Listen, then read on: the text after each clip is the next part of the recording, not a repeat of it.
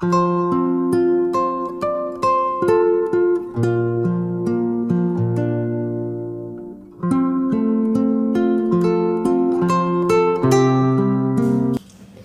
11, abram suas Bíblias nesta passagem. Hoje falaremos com base nos versos 5 ao 20 sobre o tema a soberania de Deus em um mundo de vaidade. A soberania de Deus em um mundo de vaidade. Veremos que o Deus que governa os reis consola os santos. Ele governa os reis e consola os santos. E nós vamos ler esses versos. Vai ter um momento aqui que eu vou fazer um resumo de questões históricas necessárias. Vocês vão perceber pelo texto, ou já perceberam, porque já lemos capítulo 11. Mas não podemos perder de vista, irmãos, a compreensão e a fé de Daniel. Daniel, desde a infância, e nós já concluímos aqui, bem possivelmente a caminho da Babilônia, ele se converte a Cristo, aquele que é o descendente da mulher que esmagaria a cabeça da serpente. Daniel sabia sobre ele. Aquele que é o Cordeiro de Deus que tira o pecado do mundo. Aquele que é um profeta maior do que Moisés, anunciado, um rei maior do que Davi. Jesus Cristo. Daniel cria nele. O Jesus que, se você é crente, conhece, ele acreditava. E ele teve visões também, nesse período já avançado da idade dele, 80 anos, 90 anos, ele teve visões sobre a vinda de Cristo. Ele pregou Jesus na Babilônia, ao ponto de, quando os evangelhos vão falar do nascimento de Jesus, falar que o seu povo rejeitou, mas de longe vieram os magos do Oriente para adorar Jesus. Esses magos eram sábios, né? Estudiosos das estrelas, e que da época de Daniel, nós estamos no ano 536, né? Semana passada eu disse 500 eu coloquei 50 anos a mais, coloquei 86, é 536, né? De 536 para Jesus nascer, são 500 anos, né? 536 anos antes de Cristo. E as gerações desses magos, de um povo que não era de Deus, viveu preservando essa mensagem, até que, quando Cristo chegou, eles fizeram uma viagem de quase 2.000 quilômetros no tempo ali do animal, e obviamente duraram meses, né? E levando ouro, incenso e mirra para adorar a Cristo. Você vê a influência desse irmão santo. Ele viveu para o céu, ele viveu por causa de Cristo, sem desprezar a vida presente. Ele atuou politicamente muito bem, ele atuou na Babilônia sem se contaminar, e nós não podemos perder isso de vista. Tudo que veremos na leitura, no que ele está descrevendo, é a respeito disso. É Jesus Cristo, é a sua salvação, é a sua redenção. Outra coisa que precisamos considerar é que nós estamos no capítulo 11, na descrição da mensagem do anjo. Lembrem disso, nós vimos semana passada. Mas Daniel está no capítulo 10, no 3º ano de Ciro, rei da Pérsia. Por que é importante essa data, no 3º ano de Ciro, rei da Pérsia? Porque o povo já tinha sido liberto da Babilônia. É só você voltar lá para Esdras e ler o capítulo 1 de Esdras. Você vai ver que eles estão no 3º ano da libertação já, né? Então, esse é o ponto. Agora, nós terminamos o capítulo 10 com o anjo falando para Daniel. Falando para Daniel sobre o que aconteceria ainda. Daniel angustiado com a visão, angustiado com a possibilidade de que o povo ainda sofresse o que sofreu na Babilônia, ele está preocupado com os seus irmãos, ele clama a Deus, ele fica sem força, ele fica prostrado, Deus o renova, Deus o restaura, tudo isso a gente já viu. E nós estamos na parte que o anjo está falando do que vai acontecer.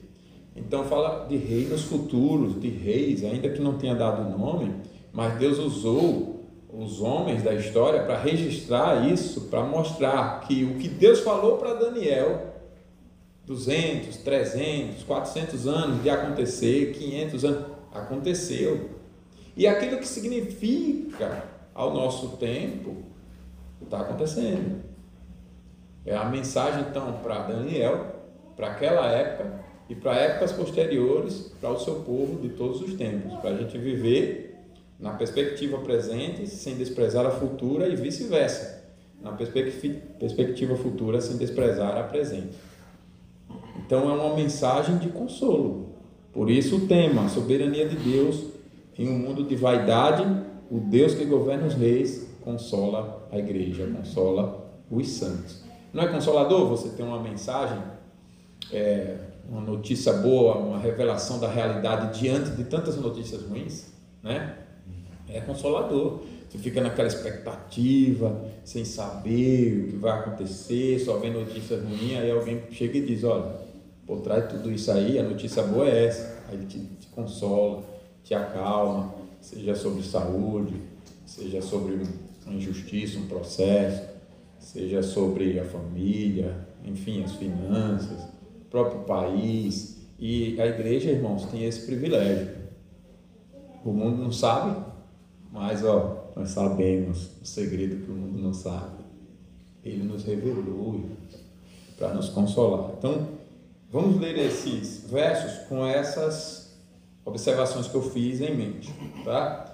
Eu vou fazer a leitura, os irmãos acompanhem. Versos 5 ao 20. Versos 5 ao 20.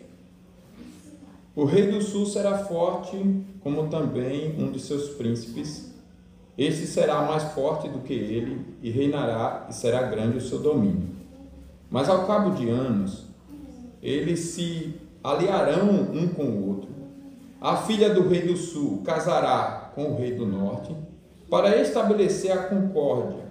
Ela, porém, não conservará a força do seu braço, e ele não permanecerá nem o seu braço, porque ela será entregue, e bem assim os que o trouxeram, e o seu pai, e o que a tomou por sua naqueles tempos. Mas de um renovo da linhagem dela, um se levantará em seu lugar, e avançará contra o exército do rei do norte, e entrará na sua fortaleza, e agirá contra eles, e prevalecerá. Também aos seus deuses, com a multidão das suas imagens fundidas, com os seus objetos preciosos de prata e ouro, levará como despojo para o Egito. Por alguns anos, ele deixará em paz o rei do norte. Mas depois, este avançará contra o reino do rei do sul, e tornará para a sua terra. Os seus filhos farão guerra e reunirão numerosas forças. Um deles virá apressadamente, arrasará tudo o que passará adiante e, voltando à guerra, a levará até a fortaleza do rei do sul. Então este se exasperará, sairá e pelejará contra ele, contra o rei do norte. Este porá em campo grande multidão, mas a sua multidão será entregue nas mãos daquele. A multidão será levada e o coração dele se exaltará. Ele derribará miríades, porém não prevalecerá. Porque o rei do norte tornará e porá em campo multidão maior do que a primeira. E no cabo de tempos, isto é, de anos, virá à pressa com grande exército e abundantes provisões. Naqueles tempos, se levantarão muitos contra o rei do sul. Também os dados à violência dentre o teu povo se levantarão para cumprirem a profecia, mas cairão. O rei do norte virá, levantará baluartes e tomará cidades fortificadas. Os braços do sul não poderão resistir, nem o seu povo escolhido, pois não haverá força para resistir. O que, pois, vier contra ele fará o que bem quiser, e ninguém poderá resistir a ele. Estará na terra gloriosa e tudo estará em suas mãos. Resolverá vir com a força de todo o seu reino e entrará em acordo com ele, lhe dará uma jovem em casamento para destruir o seu reino. Isto, porém, não vingará, nem será para a sua viagem. Depois, para a sua vantagem. Depois, se voltará para as terras do mar, tomará muitas. Mas um príncipe fará cessar-lhe o opróbrio e ainda fará recair este opróbrio sobre aquele. Então voltará para as fortalezas da sua própria terra, mas tropeçará e cairá e não será achado. Levantar-se-á depois em lugar dele um que fará passar um exator pela terra mais gloriosa do seu reino, mas em poucos dias será tudo destruído, e isso sem ira nem batalha. Oremos. Senhor, ajude-nos para que a leitura não seja infrutífera e o ouvir agora a tua exposição também não. Tenha compaixão de todos nós e use-nos como teus vasos. Fale aos nossos corações, pois precisamos de ti. Não podemos trabalhar além da exposição da palavra. Não temos o poder de transformar nem mesmo a nossa mente, o nosso coração. Mas o teu Espírito foi dado para nos convencer do pecado, da justiça e do juízo, nos ensinar toda a verdade, nos lembrar toda a verdade e nos conduzir em toda a verdade. Por isso oramos a Ti, porque o Senhor é o Todo-Poderoso e tem poder de transformar corações e mentes, mudar sentimentos e pensamentos, para nos converter a Ti, para vivermos para o Teu inteiro agrado. Também pedimos pelas crianças, para que elas tenham senso de responsabilidade, como tantas crianças crentes no passado e no presente, que respeitam o culto, que ficam atentas, que ouvem, que oram na hora de orar, cantam na hora de cantar, se relacionam verdadeiramente com o Senhor. Que se cumpra nas crianças de nossa igreja as palavras de Cristo: deixai vir a mim os pequeninos, porque dos tais é o reino dos céus. E também outra passagem que diz que dos pequeninos e até criança de peito o Senhor extrai o perfeito louvor, e que todos, velhos, crianças, jovens, donzelas, crianças de colo, todos louvemos ao Senhor com a atenção que o Senhor merece na mensagem. Oramos assim, em nome de Cristo nosso Senhor. Amém. Nós estamos então na história da humanidade, em um palco mundial onde os reis se pavoneiam. Pavonear tem a ver com parecer um pavão, né? Pavoneiam. Exércitos marcham e alianças se desfazem como um castelo de areia. Nós lemos algo dessa natureza, né? Nós vemos aqui em Daniel 11 tramas, lutas e quedas. Um drama de ambição e um drama de traição. E quando a gente estuda a história sobre quando isso se cumpriu, é exatamente isso. Mas acima desse palco está um trono inabalável, o trono de Deus, orquestrando cada cena para a sua glória e para o bem da sua igreja, né?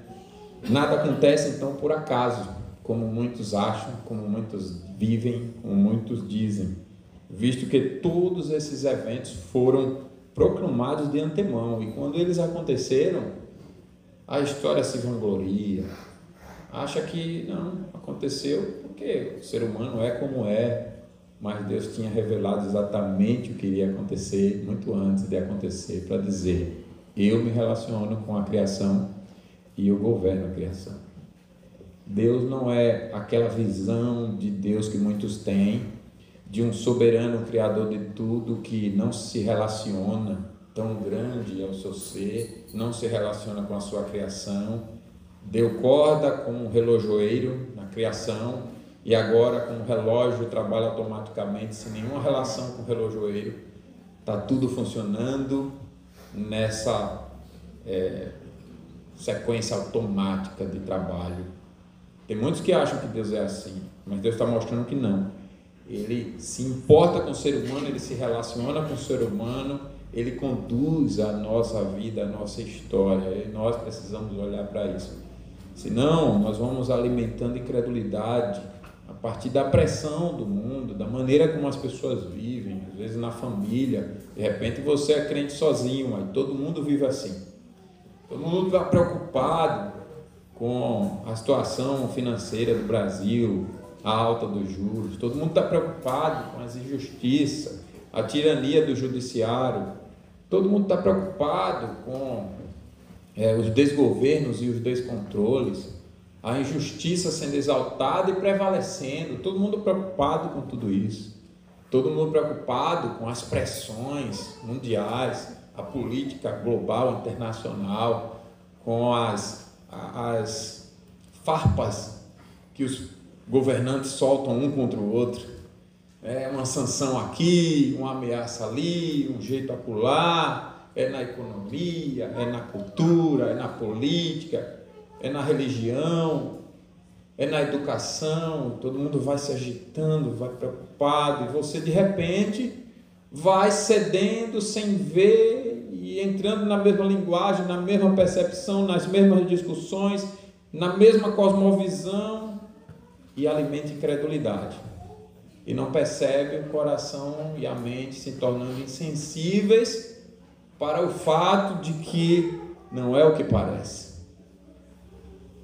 Aqui no Brasil, nem políticos de direita, nem de esquerda, nem de centro é quem manda.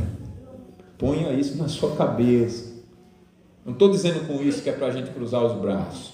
Eu tenho certeza que se a igreja cristã moderna, de fato, conhecesse essa verdade na prática, na harmonia de todas as doutrinas bíblicas e na profundidade como os históricos chamados puritanos fizeram, ao ponto deles subjugarem reis. Eles pegavam a Bíblia e iam lá: não, rei, o senhor não vai fazer assim não, porque o senhor está submisso a Jesus.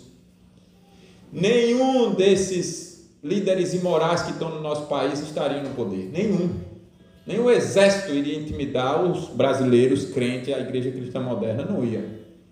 Iria acontecer no Brasil como aconteceu com aquela rainha, quando disse assim: eu tenho mais medo de fulano orando do que um exército me ameaçando. Por quê? Porque a igreja viva, vibrante, vivendo toda a palavra na perspectiva correta, ela avançaria contra esse império do mal, sem medo. Então veja que é uma mensagem para nós. Deus é soberano em um mundo de vaidade, e eu preciso entender isso, reconhecer isso, e não viver de acordo com as circunstâncias. O mundo aqui vem e vê assim: se tem, está descansado, se não tem, fica agitado. Mas a fé faz você depender de Deus, tendo ou não tendo, na paz ou na perturbação da paz, em qualquer circunstância, na saúde ou na doença, na dor ou na alegria, você não perde a sua esperança em Deus. Não estou falando daquela confiança arrogante que muitos têm, né? Não estou falando daquela cegueira também. As pessoas preferem não se importar e aí cauteriza a mente para não olhar e reconhecer a realidade. Eu estou falando de fato e de verdade, de um relacionamento com Deus, né?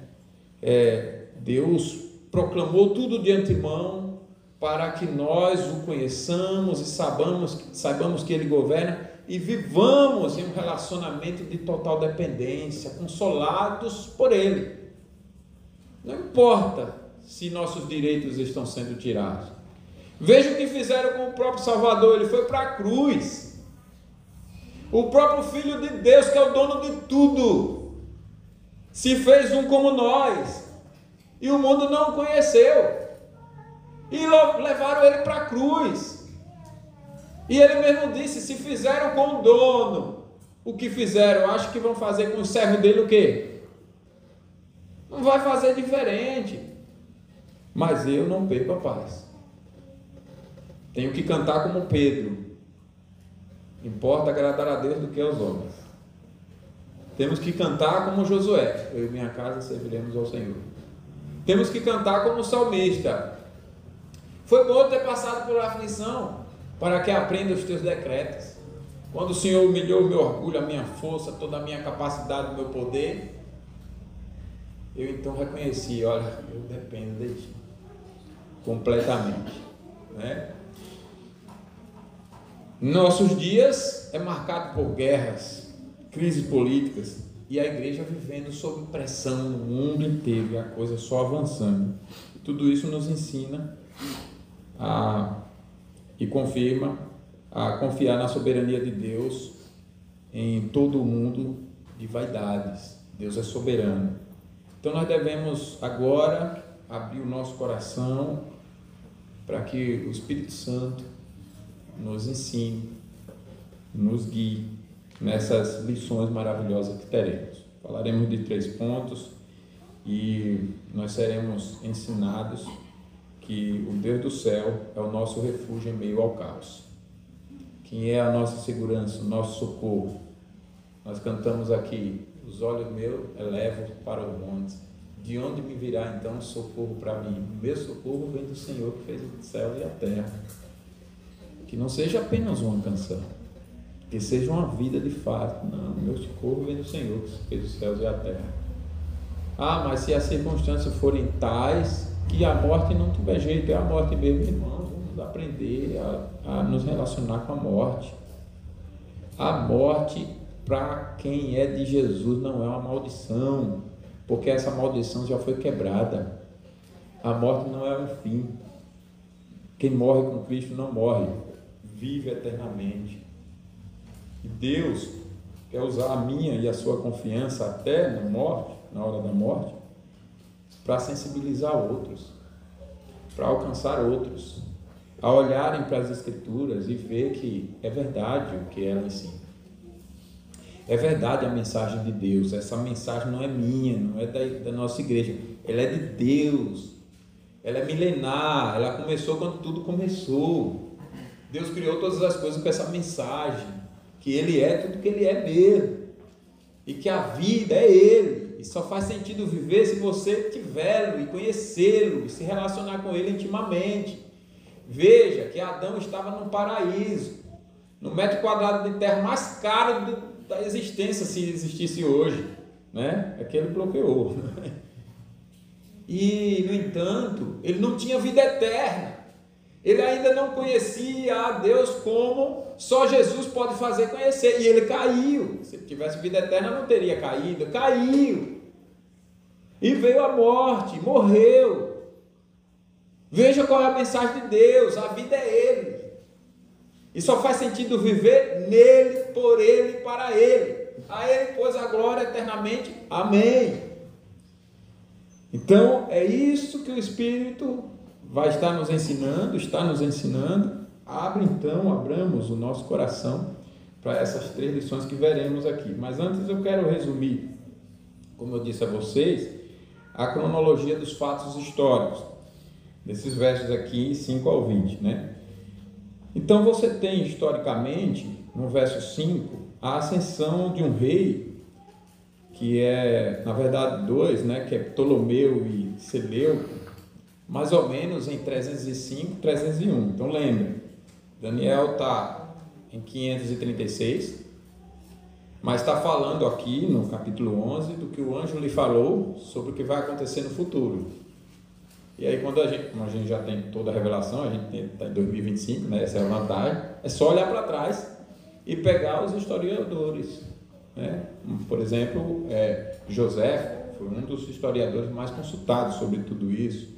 Mais recente, você tem universidades como Cambridge, que já registra tudo isso e facilita e dispõe para domínio público. Você pesquisa essas coisas facilmente. Aí você tem que 305 e 301 a.C., aconteceu exatamente esses 2 generais aí, da época do Alexandre o Grande, em 323, quando ele morre, né? E esses generais dividem o império. Então, Ptolomeu é o rei do Egito aqui, no verso 5, é identificado como rei do sul, que consolida o seu poder, tornando-se forte, e Seleuco um dos príncipes de Alexandre, fundou a dinastia Seleucida na Síria, que é o rei do norte. Verso 5, olha, o rei do sul será forte, como também um de seus príncipes. Esse será mais forte do que ele e reinará, e será grande o seu domínio. Rei do sul, quando você vai ver a história, o que é que aconteceu? Nós já vimos numa das revelações que o próprio Daniel fala que vem a Grécia, o rei da Grécia, que é como leopardo.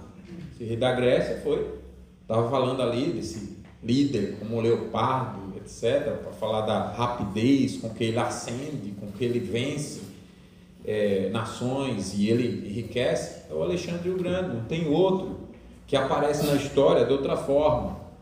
Mas também é dito que ele cairia.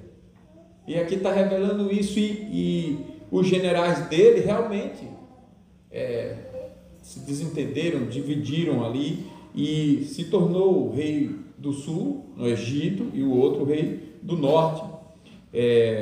E o rei do norte supera o Ptolomeu, que é o rei do sul, no poder, controlando um território maior, incluindo a Ásia Menor. E o rei do sul, que é Ptolomeu, e um dos seus príncipes, que é Seleuco, que se fortalece contra ele, estabelecendo uma superioridade inicial da Síria. Rivalidades então começam entre eles, duas dinastias, com escaramuças iniciais, mas sem grandes conflitos imediatos. A gente vai ver isso depois.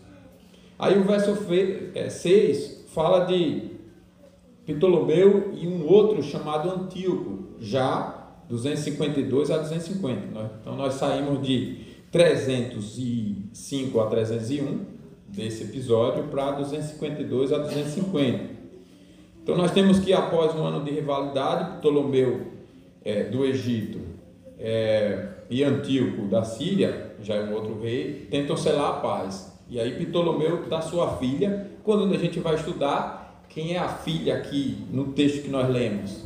É alguém chamada Berenice, que é dada em casamento a Antíoco, que repudia a sua esposa Laodice. Quando a gente vai estudar a história, é isso que aconteceu. Aí você olha, confirma o que o anjo revelou aqui. Realmente houve um rei que deu a filha a outro rei, e o outro rei que casou abandonou a esposa para ficar com a novinha, né? Mas o Antíoco se reconcilia com Laodice. Antíoco foi o que casou com a novinha, Berenice, que abandonou a Laodice. Aí ele se reconcilia depois com a Laodice, que, movido por vingança, a Laodice instiga o seu filho Seleuco II, Calínico, o nome dele é esse, a assassinar Berenice, seu filho, o filho de Antíoco, e seus acompanhantes. E a aliança fracassou, como diz Calvino, amaldiçoada pelo Todo-Poderoso devido à perfídia e adultério.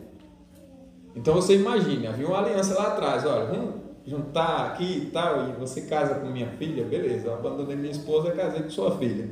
Depois reconciliei com minha esposa, aí a esposa já injuriada, aí arma tudo, aí morre um, morre o outro, e aquela coisa toda, a paz se desfez. Imagina a briga que vem por aí, né?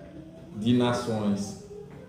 O assassinato de Berenice então marca o colapso do acordo. Aí vamos para o verso 7 ao 9. Nós estamos em 246 a 241. Lembre que a contagem é regressiva, né? 301 você vai descendo, né? Nós já estamos aqui em 241, que é a vingança de Ptolomeu III, agora já é outro, contra Seleuco II. Aí, como eu disse, é só apenas para vocês situarem nos versículos, né? Não vamos fazer um estudo de história exaustivo, é só um cronograma para vocês se situarem. Então, esse Ptolomeu III, que é irmão de Berenice, sucede o Ptolomeu II, que estava anterior, e reúne um grande exército para vingar o assassinato de sua irmã. Aí, como diz a história, olha a miséria. Ele invade a Síria, captura a fortaleza, saqueia a cidade e leva a Deus vasos de prata e ouro para o Egito. Nós lemos sobre isso.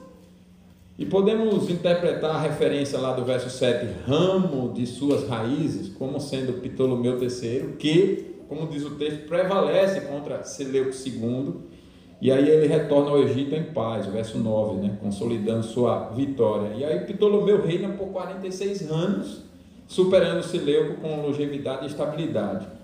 A Síria sofre perdas significativas, mas Seleuco II mantém o trono apesar da derrota. Aí vamos para os versos 10 a 12. A guerra dos filhos de Seleuco contra Ptolomeu IV, agora é outro. O ano 219 a 217, né? Está se aproximando da vinda de Cristo, que é chamada aqui de Quarta Guerra.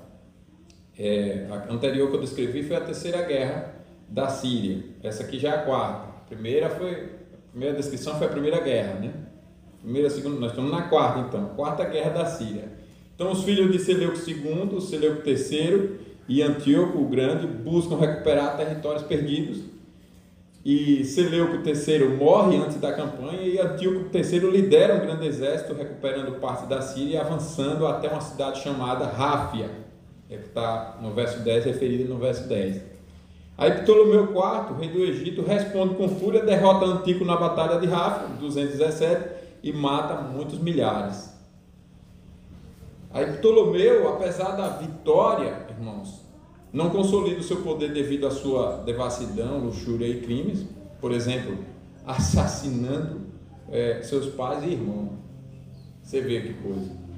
Podemos aplicar a referência no versículo coração se eleva, no versículo aqui nos versos 11 e 12, uma expressão, coração se eleva, mas ele não será fortalecido a ele, por sua ociosidade e embriaguez, né? E Antíoco III recua, mas a vitória de Ptolomeu é efêmera, pois ele se entrega a prazeres em vez de expandir o seu reino. Aí vem os versos 13 a 16, na campanha de Antíoco III contra Ptolomeu, os anos 202 a 198, versos 13 a 16, vão acompanhando aí para você se localizar. Então, após a morte de Ptolomeu IV, Antíoco III aproveita a fraqueza do jovem Ptolomeu V, Epifânio, e reúne um exército maior que o anterior. E esse Epifânio aqui vai ter depois a gente vai falar sobre ele no próximo sermão. Aí ele forma aliança com Filipe da Macedônia e outros, como diz o versículo, olha só, muitos se levantarão contra o rei do sul, versos 13 e 14. Aí Antíoco captura cidades fortificadas, incluindo Ráfia, e derrota o general egípcio Escofas na Judéia, verso 15. E ele entra na Terra Gloriosa, a Terra Gloriosa aí significando a Judéia, causando grande destruição. Que os sacerdotes ímpios instigaram Antíoco a oprimir a Judéia, agravando o sofrimento dos judeus. E a Judéia, sitiada entre o Egito e Síria, sofre as consequências das guerras. Antíoco então consolida o seu poder temporariamente, satisfeito conforme sua vontade, como diz o verso 16, né? Vai dizer exatamente isso, ele é satisfeito conforme a sua vontade. Aí vem acho que a última descrição dessa sequência, né? Não, verso 17 ainda, que é a tentativa de Antíoco III de controlar o Egito por casamento. Então o ano é 195 agora. Antíoco III, temendo os romanos, abandona a guerra direta e dá sua filha Cleópatra I. Você já estudou sobre Cleópatra? Em casamento a Ptolomeu, esperando que ela o traia em favor dos interesses sírios. Aí Cleópatra permanece leal a Ptolomeu, frustrando os planos de Antíoco. E aqui nós vemos a perfídia de Antíoco, né? Que vendeu sua filha como prostituta. E a aliança matrimonial então falha aqui em subjugar o Egito, e Antíoco volta sua atenção para outras regiões. Estamos terminando. Agora vamos para 192 a 189, verso 18. Campanha de Antíoco III na Grécia e derrota dos romanos. Antíoco III volta-se para as ilhas, Ásia Menor, Grécia e ilhas do Mediterrâneo. Captura cidades como Calças, instigado pelos estoicos contra os romanos, e ele inicialmente teve sucesso, mas os romanos, liderados por Acílio, Lívio e Lúcio e outros, o derrotaram em batalhas navais e terrestres, como em Termópolis, outra cidade, em 191, e em 190 em Magnésia. Mas o importante aqui é que Antíoco é humilhado e cumpre-se o que diz o texto, né? Sua reprovação, como está lá a palavra usada, orgulhoso, né? Orgulho e insultos contra os romanos, recai sobre ele. Antíoco perde a Ásia Menor e é obrigado a pagar tributos e ceder territórios. Aí verso 19, mas falta um verso, né? É a queda e morte dele, Antíoco III, 187. Ele é derrotado, retorna às fortalezas de sua terra síria, mas movido por avareza tenta saquear o templo de Júpiter Dodonel, ou Belo, segundo algumas fontes, e ele é morto em um túmulo popular.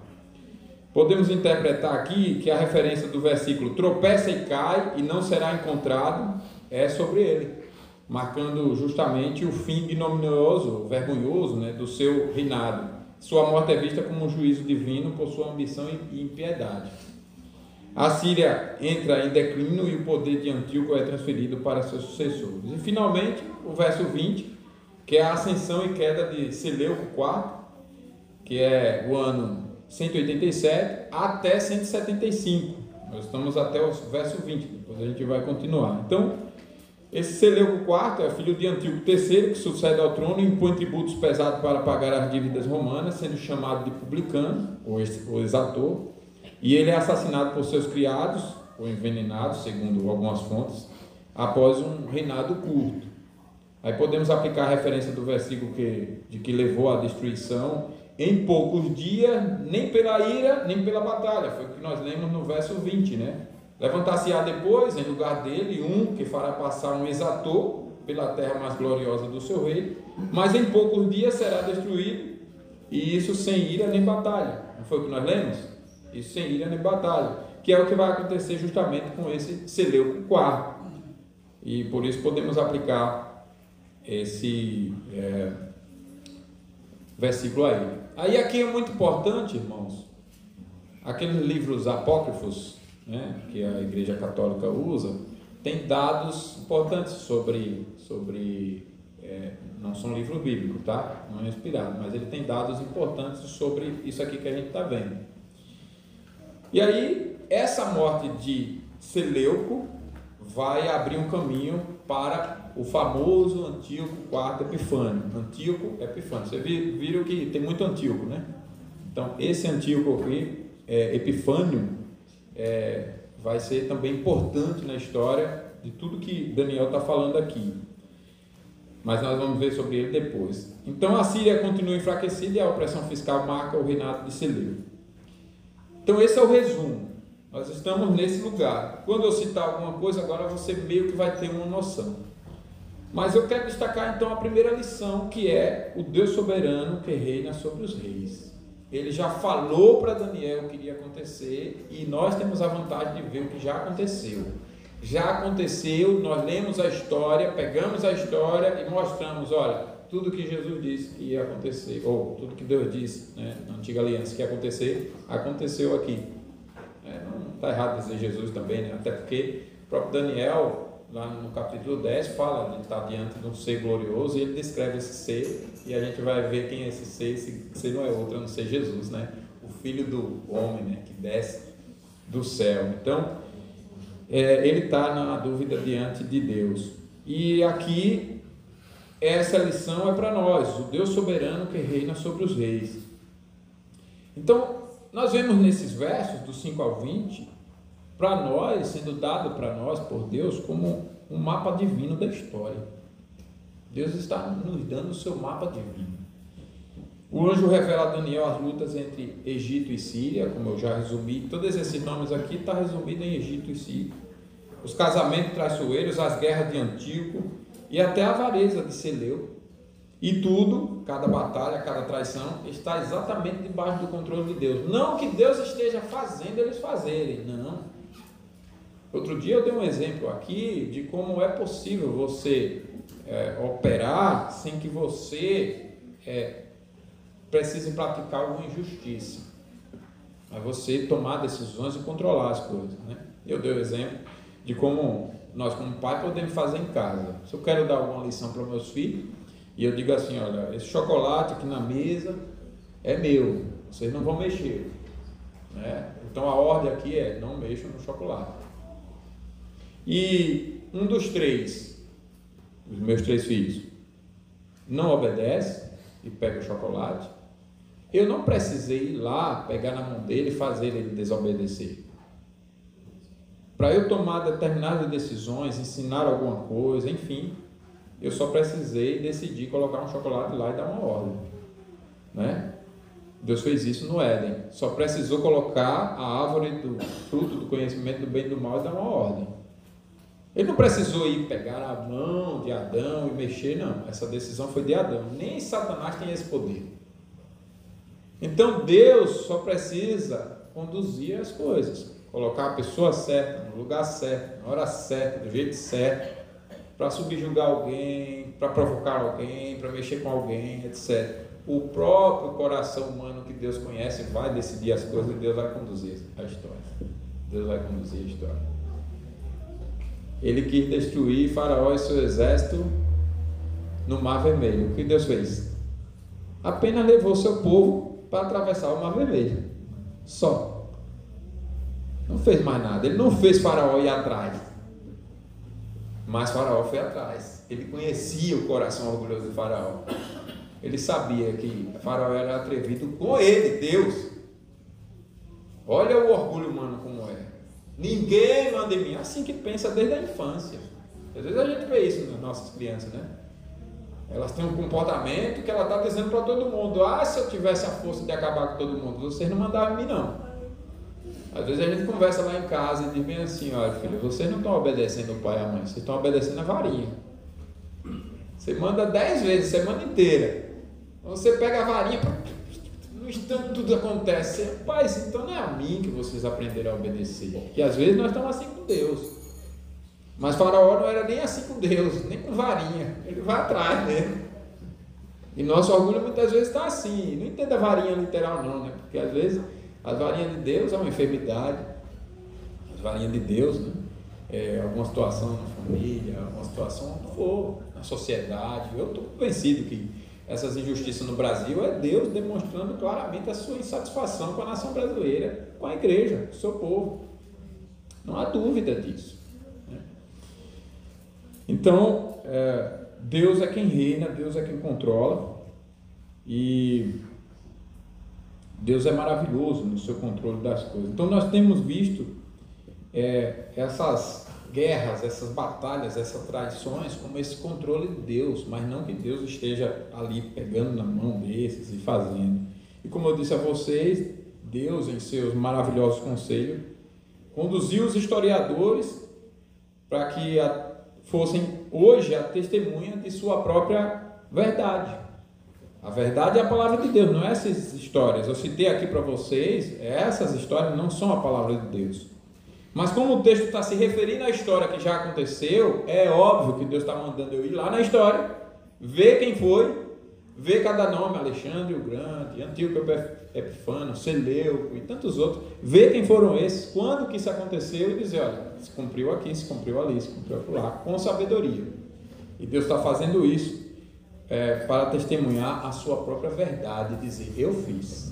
E deixou esses homens escreverem e registrarem para dizer, eu fiz, eu cumpri. Não é a Bíblia lá, volto a dizer, mas é de onde nós devemos pesquisar para dizer, olha, Deus fez registrar para testemunhar a sua verdade, a palavra de Deus. Então, Ptolomeu saqueia a Síria, no verso 8, Antíoco oprime a Judéia, mas nenhum rei move um dedo sem a permissão do Rei dos Reis. Isso é maravilhoso. A história não é então um acidente, irmãos, é o pincel de Deus pintando sua vontade. Deus está pintando a sua história, né? É uma música que eu gosto de cantar, acho bonito, nunca mais cantei, né? O maior pintor do mundo, já ouviram essa? Está pintando a minha história. Ela não tinha cor. A cruz é o pincel do autor. Tudo converge para Cristo, tudo converge para a cruz, tudo converge para Deus se revelando em Jesus e para o bem do seu povo. Que maravilha, irmãos. Ele não deveria olhar e ouvir essas coisas e olhar para essa realidade de outra forma, a não ser com um profundo regozijo Deus está controlando tudo, administrando tudo para a sua glória, e o meu bem, o meu conforto, o meu consolo, a minha salvação, porque Ele me ama com amor eterno, Ele me atrai para Ele com esse amor eterno, irresistivelmente. Nós estamos em 2025, um mundo parece um caldeirão fervente, né? Conflitos no Oriente Médio, tensões entre superpotências, líderes globais postando aí nas mídias sociais suas falas irresponsáveis, ameaças e tantas coisas, como se fossem os atuais antíocos. Recentemente vimos nações disputando recursos, enquanto a igreja enfrenta leis e desafiam a fé. Mas como um mestre de xadrez, não sei quantos daqui jogam e gostam, que prevê cada jogada, Deus governa. Mas não como previsão, Ele governa porque Ele sabe, Ele determinou, Ele decretou. Então ninguém vai ganhar nesse xadrez com Ele, né? O jogo é dele. Ele é o Senhor, Ele é o dono. Um presidente pode sancionar leis, irmãos. Um exército pode avançar, mas é Deus quem escreve o fim da história. É Deus quem tem a palavra final. Eu via uns alertas que são importantes para o Brasil, né? Falando sobre a ascensão da ditadura no Brasil, se alinhando com governos ditadores no mundo. E um dos alertas que eu via era justamente sobre o controle do Estado da igreja. Em regiões, em países ditadores, é o Estado quem diz o que é para ser pregado. Uma pregação como hoje, eu não poderia nunca falar contra nada que o Estado não quisesse. Então é uma religiosidade não livre, né? De maneira que tem muitos hoje que estão cultuando em estados assim, escondidos, para viver a liberdade de sua fé. E eu vi então os alertas dizendo o seguinte: cuidado, nós precisamos fazer algo, e precisamos, os alertas são válidos, para que essa ascensão não continue e o pouco que a gente tem de liberdade não seja retirada, porque depois, para virar o jogo, né, é melhor você preservar a liberdade que tem do que tentar conquistar e depois perdeu, né? Por isso que, salvo engano, é o George Orwell que ele fala, você tem que lutar para conquistar a liberdade e depois lutar para mantê-la, né? Mas, independente, irmãos, nós não temos força para garantir nada. Veja que Daniel está aqui recebendo a revelação de Deus, e ele poderia querer pensar assim, eu vou então tomar todos os cuidados para não sofrer, não enfrentar nenhuma situação ruim, difícil, né? Receber a revelação, estou aqui sabendo de tudo que vai acontecer, vou orientar, vou fazer um plano perfeito. Mas não ia dar certo, porque passarão os céus e a terra, mas as palavras do Senhor não passarão. Com isso eu não estou dizendo cruze os braços, não é isso que eu estou dizendo.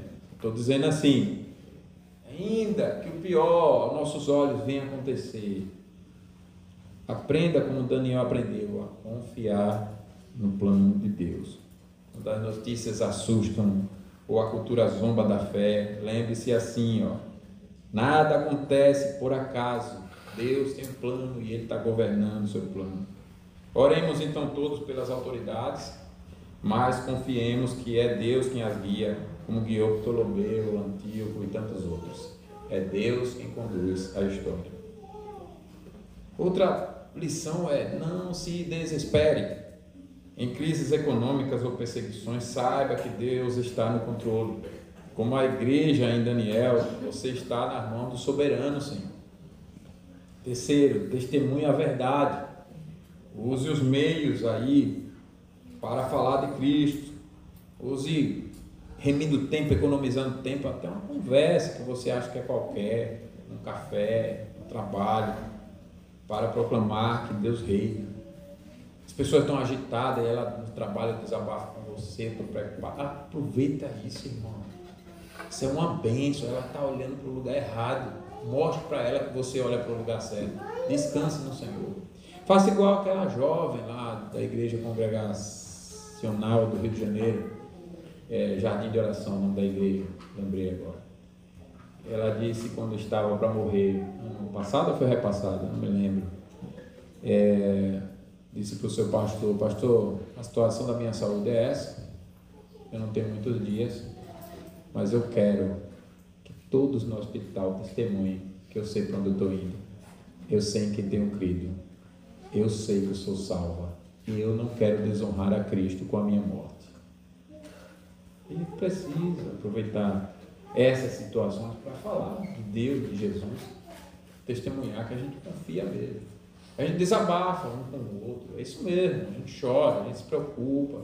Estou falando que você vai ser insensível à realidade, mas exercite depender de Deus e testemunhar da sua verdade, da sua salvação, do seu governo, do seu controle. Mostre isso para ele, olha, está tudo desmoronando aos nossos olhos, mas ainda que eu morra, eu viverei. Eu sei em quem tenho crido. Façamos isso, irmão. Nós temos que aprender a viver assim hoje. Vai deixar para aprender quando? Nos 45 do segundo tempo, na hora que estiver partindo mesmo? Pode dar muito errado, viu? Geralmente dá. Não deixe para depois. Confessemos ao Senhor se não temos confiado assim, Senhor, eu preciso dessa mensagem para mim. Eu não tenho confiado no Senhor realmente. Nem estou precisando passar por essas guerras todas. Às vezes nem tropecei, nem bati o dedo do pé. Foi só, enfim, um sustinho qualquer, eu já estou todo abalado, pior do que quem estivesse no meio de uma guerra, de uma perseguição. Senhor, tira isso de mim. Me ajude, me abençoe. Não precisa o mundo desmoronar. Veja como Deus é bondoso. Ele nos trouxe para o conforto dessas cadeiras, para a gente aprender dele. Ele trouxe para um lugar confortável. Olha o ambiente. Você não está sob pressão aqui. Quando a gente lê a história de martírios, irmãos, eram as pessoas pressionadas a não cultuarem. E elas estavam lá firmes, não, eu vou cultuar. A época de Calvino não era fácil. Calvino, teólogo lá do século XVI, né? Não era fácil. Imagine, ele vai outro dia num culto, administrar a Santa Ceia, aí chega um grupo lá, nós vamos participar da ceia. Ele diz, não vai não, porque a Bíblia diz isso, porque é assim, porque o rigor é esse, não sei o que, vocês não vão participar da ceia. Os caras chegam armados para matar Calvino. E Calvino chega firme e diz, não vai participar. Deus é mais digno. Então eu vou segurar firme aquele coisa, mas era uma firmeza dele e da igreja. A gente não tem tido essas coisas aqui, tem? Está longe, né? E às vezes a gente já está abalado com tanta coisa menor. Tanta coisa menor. Se tivermos o que comer, o que vestir, sejamos contentes, diz a palavra, né? E a gente tem mais do que isso, irmão. E nós temos a Cristo, ou você não tem? Sim, pastor, eu sou pecador, então bem-vindo à fila. Se dissermos que não temos pecado, somos mentirosos, mas se confessarmos o nosso pecado, Ele é fiel e justo para nos perdoar e nos purificar. Então estejamos contentes. Cristo é o nosso Senhor, o nosso Salvador. Então eu tenho, isso é suficiente. Eu vou aprender a testemunhar dele, a viver na dependência dele, da sua soberania, do seu governo, do seu controle, da sua palavra. Segunda lição é sobre a vaidade dos planos humanos que desmoronam. Os planos humanos desmoronam.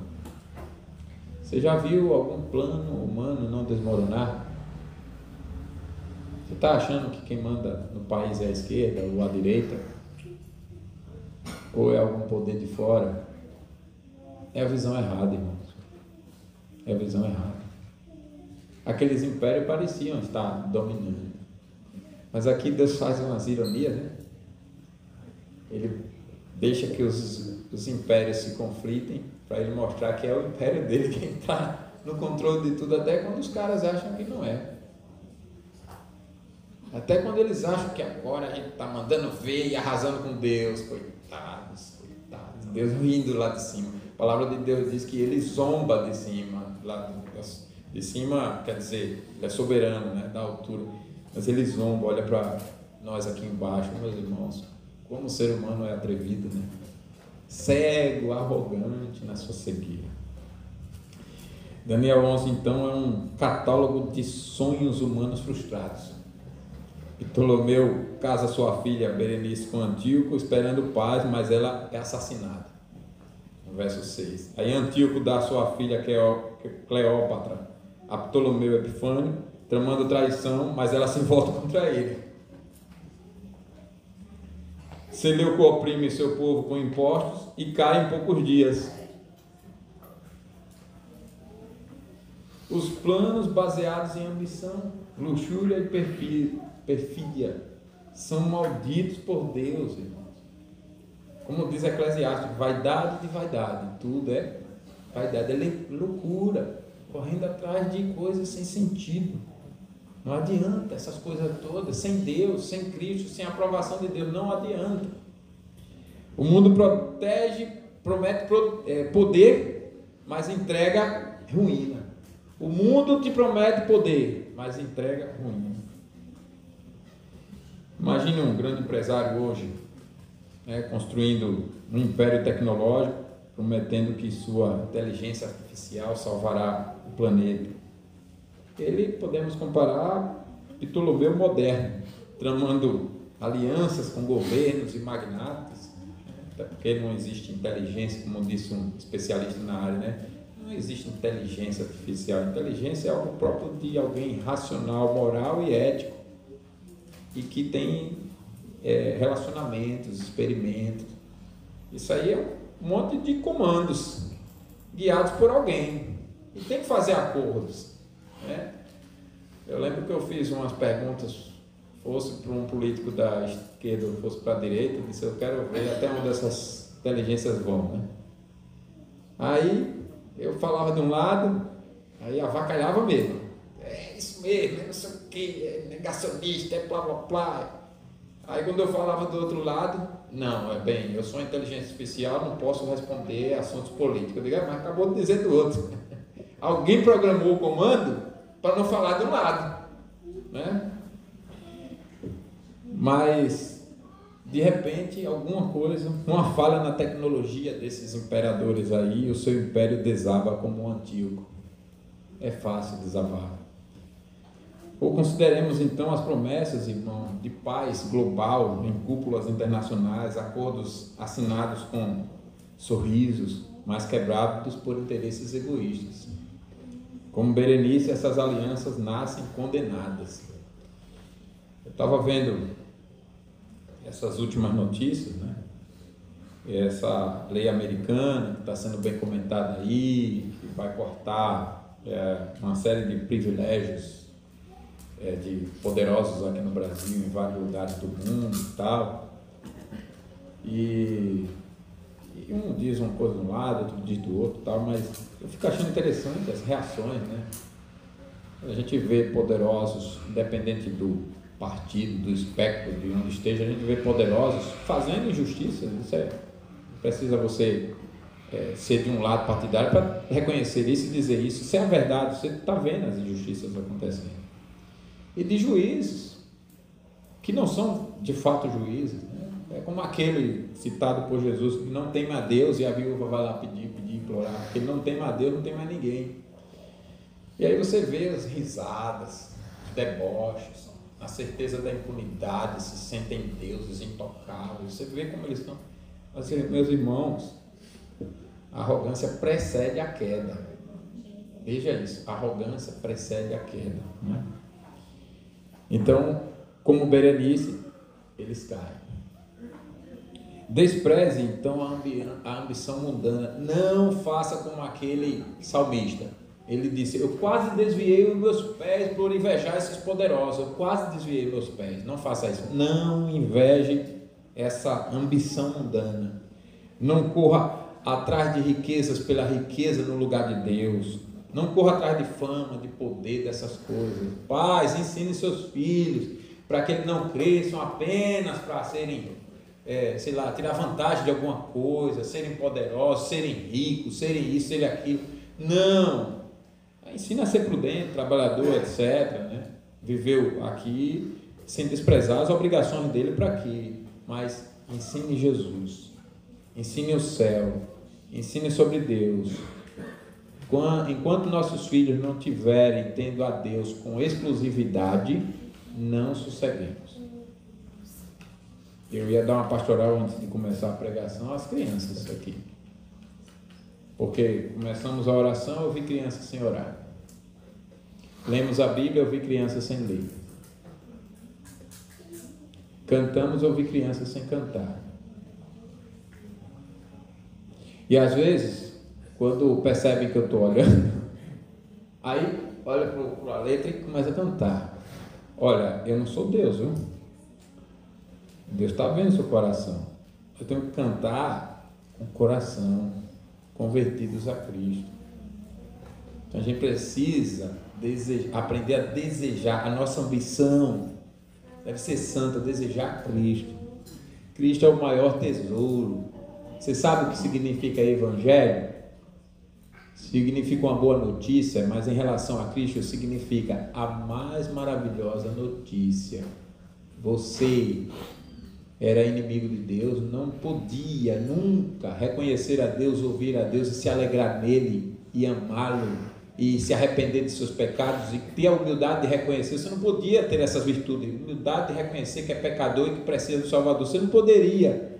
Ele mandou Jesus para fazer isso em você e deu essas virtudes a você para você reagir com essas virtudes humildes. Eu sou pecador, Deus é que é santo e Ele não ignora um ato meu. As exigências dele vão ser cumpridas todas, mas Jesus pagou e eu não mereço esse grande amor. Pagou por mim, pagou por mim. Essa deve ser a nossa ambição. É por ela que eu devo ser governado. O que diz Mateus 6,33? Quem lembra aqui? Isso. Minha orquestra está sem tocador.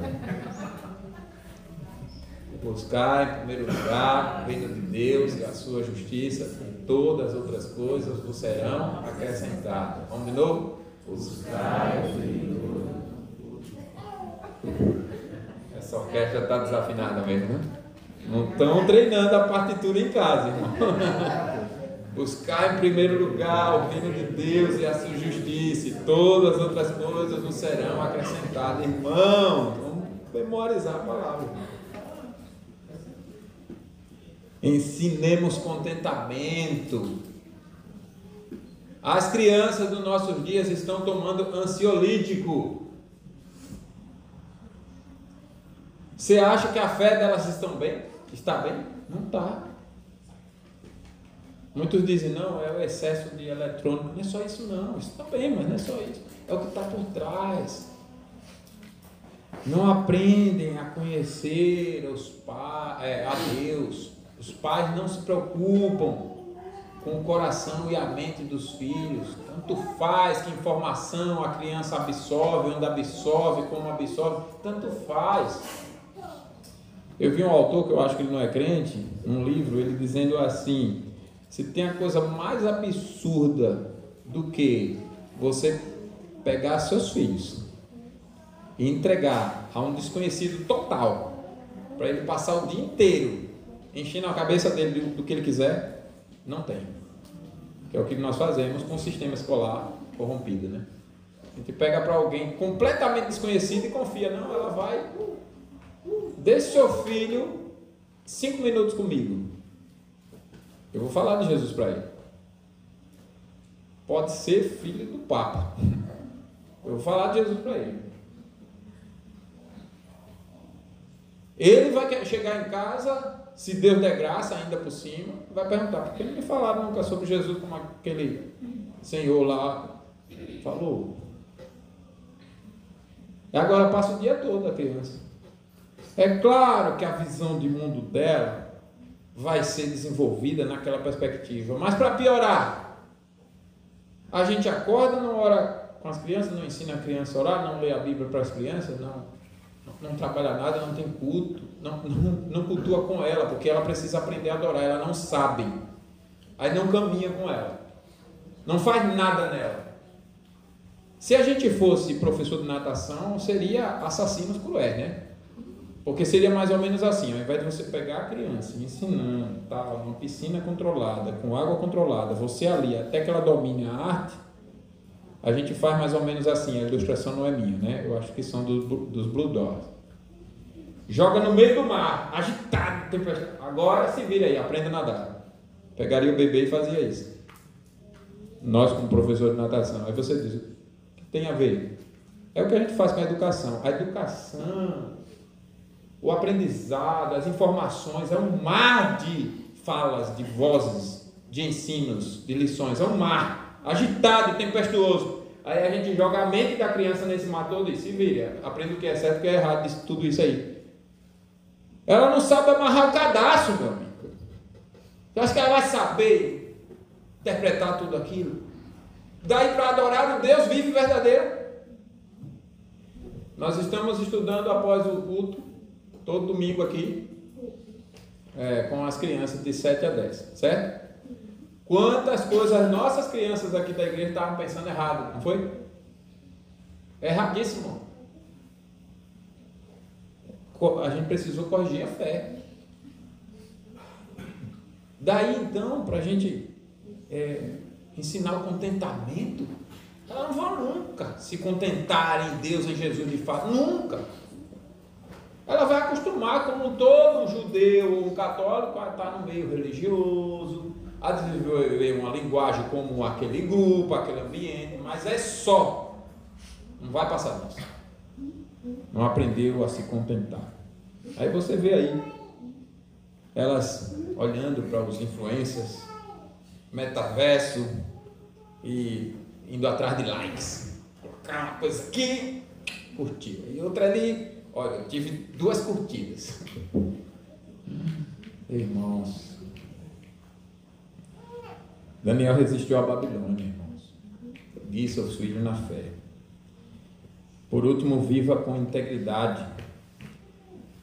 Quando no nosso tempo a cultura celebra a esperteza, seja honesto no trabalho, fiel na família e reto nos negócios. Não ache que, porque o ladrão foi solto e está na presidência impune, isso aí ensina que a honestidade não compensa. Não vai por aí. Essa é a mensagem deles mesmo, essa é a mensagem do mundo. Mas não ache que a fidelidade ao Senhor, a integridade ao Senhor não compensa. Compensa. Os tesouros eternos são melhores do que os tesouros do mundo, porque eles são eternos, né? E a terceira lição é a providência que sustenta os santos em tribulação. Você vê que em meio às guerras aqui, a igreja na época de Daniel sobrevive. Situada entre o Egito e a Síria, a Judéia sofre sob Antíoco, verso 16, né? Mas Deus a preserva. Então o anjo revela essas coisas para que os piedosos não desmaiem, mas confiem.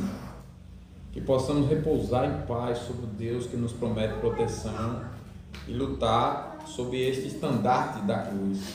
Deus usa até historiadores pagãos para confirmar suas profecias, mostrando que a sua mão guia tudo. Mesmo então, quando os sacerdotes traem, verso 16, né? O que pois vier contra ele, fará o que bem quiser, e ninguém poderá resistir a ele. Estará em terra gloriosa, e tudo estará em suas mãos. Você vê até os sacerdotes sendo fiéis e Deus sustentando o seu povo, provando que a igreja repousa sob o seu cuidado e proteção. Então imagine hoje nos nossos dias, uma jovem crente vai para a universidade, coitada quanto a pressão, principalmente hoje. Não sei se vocês têm visto aí documentário mostrando como estão as universidades. Vocês já viram aqueles filmes de zumbis, The Walking Dead? Já viram esse negócio assim? Virou um negócio desse, irmão. Tá um negócio feio lá. Aí vai alguém firme para defender a fé. E é hostilizada, é zombada a pessoa. Ela é como a Judéia nessa época, pressionada por todos os lados, mas como um pai que abraça seu filho na tempestade de Deus, guarda aquela jovem, assim como guarda a igreja hoje, guarda a minha vida, guarda a sua vida. pode depender do Senhor, mesmo com as hostilidades do mundo. Vocês já ouviram falar naquele trabalho com o nome Portas Abertas? Eles têm revistas que informam as perseguições contra os crentes no mundo inteiro, né? Eu conheci alguns irmãos que estão nesse trabalho, nesse projeto. Eles falaram em 2024 que relataram que milhares de cristãos, o número que eu ouvi foi 365 milhões, foram perseguidos. Mas sabe qual foi o resultado mostrado? Que a igreja cresce. A perseguição está acontecendo e a igreja está crescendo. Como em Daniel, Deus sustenta os seus santos e nenhuma força pode apagar a sua luz. Lendo sobre a igreja primitiva, você vê todo aquele martírio. Aí tem uma frase que me chama a atenção. Eles dizem bem assim: a cada gota de sangue que era derramado, gota, era como uma semente, resultando em diversos outros convertidos. Cada gota é como uma semente que germinava na conversão de vários outros convertidos. Por que você acha que essa Roma profetizada aqui em Daniel, que iria cair, caiu? Porque esse reino sem visível aparência pegou por dentro assim, com martírio. Eles achavam que matar os crentes acaba com o evangelho, prender os crentes acaba com o evangelho. Prenderam Paulo e Paulo disse: eu estou preso, mas o evangelho não está preso. De dentro da prisão ele falou, e até hoje os seus escritos estão sendo pregados no mundo inteiro. Nem com a morte de Paulo o evangelho parou, irmãos. As palavras que ele pregou são pregadas hoje. Então, lance seus cuidados em Deus quando enfrentar um diagnóstico, uma crise financeira, uma pressão para abandonar a fé. Ore: Senhor, sustenta-me, como Daniel, que confiou, e você será sustentado, lançando sobre ele toda a vossa ansiedade, porque ele tem cuidado de vós. Fortaleça-se na palavra, seja aquele homem de Salmo 1, que medita na lei do Senhor dia e noite. Em um mundo de desinformação, vai ser a Bíblia, a sua rocha, que nunca falha. Preserve na cruz e persevere na cruz. Quando a cultura exige conformismo, adequação, você se amoldar ao mundo, à cultura, né? Não, isso aqui é só diferente, isso aqui é só a sua opinião, a minha é diferente. Bom, isso aqui, quando ela vai, né, arranjando os vocabulários ardilosos para te envolver, seduzir, deixar você sem resposta, fique firme na palavra. Lute sob o estandarte da cruz. Seja onde for, no trabalho, na escola, até na internet, proclame Cristo com coragem e sabedoria. E nós encerramos com um chamado à confiança à cruz. Daniel 11 nos confronta: em quem você confia? O que é que você está confiando? Você está esperando o quê? Eu vou me envolver com política, continuar me envolvendo, não é não que eu vou me candidatar, que Deus não me chamou para isso. Mas eu vou te dizer, eu não confio que a solução vem de nenhum deles. Nem que Deus trouxesse Davi de volta para cá, ou ressuscitasse Calvino para governar o Brasil. Não vem deles não. O que eu quero te dizer não é que não faz diferença você se envolver e votar em alguém de fato competente, escolhido por Deus. Não é isso não. Estou querendo dizer, nossa confiança não deve estar em nós. É o Senhor quem governa. Mesmo que Ele use algum governo injusto, é Ele quem governa, é Ele quem controla. E eu tenho que aprender a confiar nele. Então eu pergunto: em quem você confia? Não minta para você. Se não está confiando em Deus, diga isso: Senhor, eu não estou confiando no Senhor. É só de boca para fora. Mas basta um susto. Eu espero que não aconteça nada hoje. Mas às vezes termina o culto, aí a gente está aqui de boa, de repente nosso filho cai, aí a gente fica... Caiu, gente. De repente acontece, a gente está saindo aqui, aí toca o carro ali, bate, já fica perdendo a paz e tal, bate o carro. Isso mostra como a gente é. Não estou dizendo que você vai ser insensível, flexível, estou dizendo Qualquer coisa faz a gente perder a paz. Então reconheça, eu não conheço essa confiança ainda. Senhor, transforme meu coração. Eu preciso confiar dessa forma. Nos tronos frágeis desse mundo, como o de Antíoco, ou no trono eterno de Deus, nós confiamos. Nós confiamos nos tronos frágeis dos homens ou no trono eterno de Deus. Spurgeon dizia, olha a frase dele, que a providência é o leme que guia o navio da igreja através das tempestades. A providência de Deus é o leme. Sabe o leme? Aquela parte no fundo do navio que vai movimentado pelo timoneiro, né? Então a providência é o leme de Deus que vai guiando a igreja no meio dessas tempestades. Hoje Jesus chama você à cruz dele. Vinde a mim todo vós que estáis cansados, sobrecarregados, eu vos aliviarei. Tomai sobre vós o meu jugo e aprendei de mim, porque sou manso e humilde de coração, e acharei descanso para as vossas vidas, porque o meu jugo é suave e o meu fardo é leve. Ele quer que o seu trabalho seja descansar nele. Qual vai ser o meu trabalho nessa coisa toda? Descansar no Senhor. Olha que tarefa Ele está te dando. Não é? Hoje é o dia então de confiar em Jesus. Ele é a vida eterna. Ore, Senhor, guia o meu coração, perdoa os meus pecados, faz-me teu servo, todos nós, e Deus nos abençoará. Deus guarde sua palavra no nosso coração. Feche seus olhos, nós vamos orar.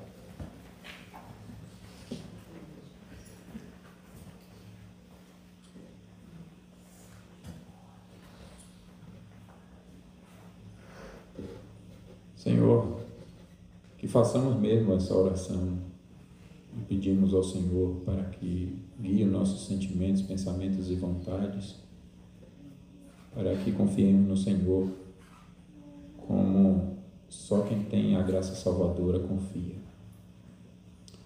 Que sejamos dependentes do Senhor para tudo, porque naturalmente somos, mas na cegueira espiritual os homens não reconhecem essa verdade. E a bênção da salvação é reconhecermos humildemente o nosso pecado, de vivermos na independência do Senhor, contrário à tua vontade, e não nos submetermos ao teu governo, à tua soberania, ao teu controle. E nós, como igreja, também somos sujeitos a esses pecados, mesmo já convertidos, e por isso alimentamos tantas ansiedades pecaminosas. Mas o Senhor nos ensinou sobre esses impérios, essas monarquias que ascenderam e caíram, para justamente gozarmos de consolo e aprendermos a confiarmos em Ti. Que confiemos em Ti para tudo, Pai. Porque se tem algo mais valioso do que tudo na vida presente, é a salvação em Jesus.